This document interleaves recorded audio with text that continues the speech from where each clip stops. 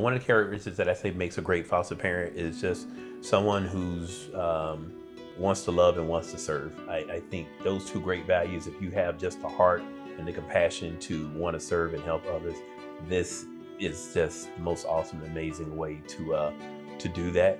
And I think it just for me, it just starts right there, Yeah. and everything else you'll learn along the way.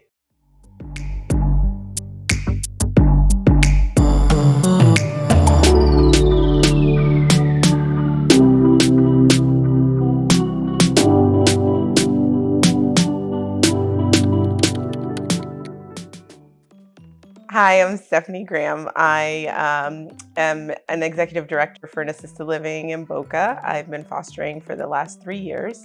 This is my husband. Michael. I also work in senior living as an executive director as well. So our household consists of ourselves, obviously, but we have a teenage daughter, just turned 15. We have an 8-year-old son, and then all of our wonderful foster kids range from anywhere from 5. I think the oldest we've had so far is 8 years and old, so they're right in that mix with our kids. Fostering means everything to us. We weren't really sure what we were getting ourselves into. We heard about the experiences that our friends went through.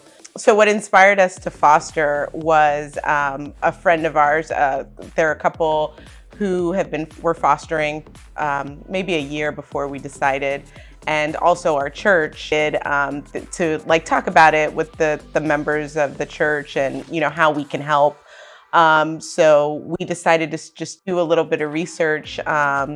We had an empty room in our home and we were battling, just deciding what do we do with this room? And it just came to us.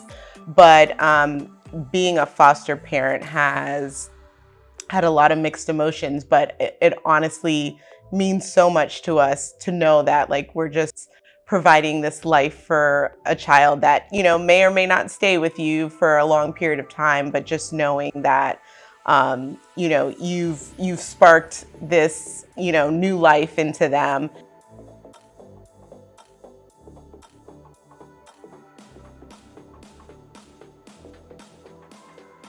We got the call and they said we got this great little young man that needs placement, and so we were all excited. And, the car pulls up and enters this beautiful young boy into the home, and he was nervous and we were nervous, and instantly I called our youngest son, or our son, down to meet with him, and it was like instant connection right there for the two of them. One of our foster children, I remember getting into sports, and it's just amazing feeling watching this individual play sports and making his first basketball goal, and just the excitement in it. So those are the little joyous rewards that I get, just seeing those first moments happen. Being able to show them a different side, a different life that they do have the opportunity to have when they go back home, So in the beginning, you have that honeymoon phase where everything is great. And then sometimes, behaviors come about and things of that nature. So that's probably the hardest to deal with, once that happens.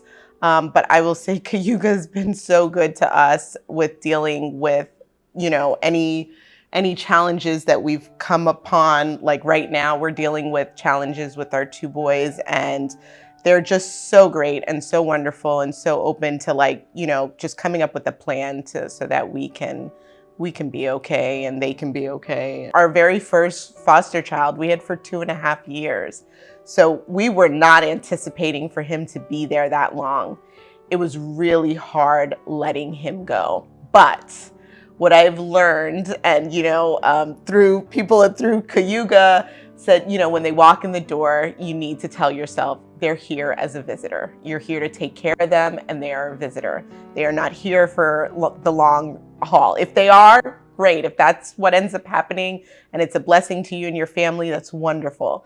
But you need to put it in your mind that they're just here as a visitor. And we have done that, and I tell you, it has made things so much easier. We've had to let go of a few, obviously, since then. And it's been, of course, there's always a little bit of in your heart that you're going to miss them. And you hope that you could stay connected to them.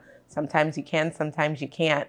But I think just having it in your mind from the minute they walk in the door makes the difference. I want to do everything in my part to make sure I care for you until this unification process happens. Kind of keeps me grounded to know that yes, there's still going to be an emotional attachment to the child, but at the same time, that win is when that parent hopefully goes through the process and is able to be better, get better, and be able to take the child back into their arms.